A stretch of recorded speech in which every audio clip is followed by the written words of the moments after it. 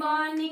आमा हमरो ये सासू मेहंदी में सहली, आमा हमरो ये सासू मेहंदी में सहली। पापा सजेले बरियात हो मेहंदिया रंग से भरी। अब पापा सजेले बरियात हो मेहंदिया रंग से बनी।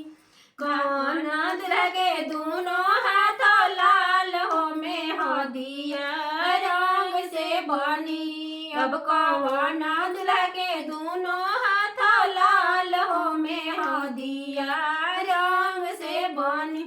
के तोहरो दूल्हा हो मेहंदी में सहले, के तोहरो दूल्हा मेहंदी में सहले। के ई सजेला बरियात हो मेहंदिया रंग से बनी। अब के ई सजेला बरियात हो मेहंदिया रंग से बनी।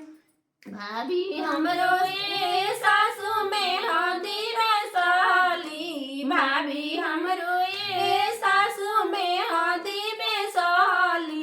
भैया सजेले बरियात हो मेहंदिया रंग से बनी। अब भैया सजेले बरियात हो मेहंदिया रंग से बनी।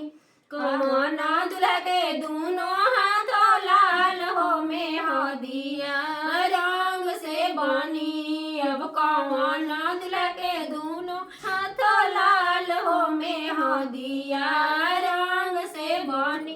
के तोहरो ये हो मेहंदी में सहले, के तोहरो दूल्हा हो मेहंदी में सहले। के ई सजेला बरियात हो मेहंदिया रंग से बनी। अब के ई सजेला बरियात हो मेहंदिया रंग से बनी। चाची मोरे सासू मेहंदी में सहली, चाची हमरो ये सासू मेहंदी में सहल। ई चाचा सजेले बरियात हो मेहंदिया रंग से बनी। अब जीजा सजेले बरियात हो मेहंदिया रंग से बनी। अब जीजा सजेले बरियात हो मेहंदिया रंग से बनी।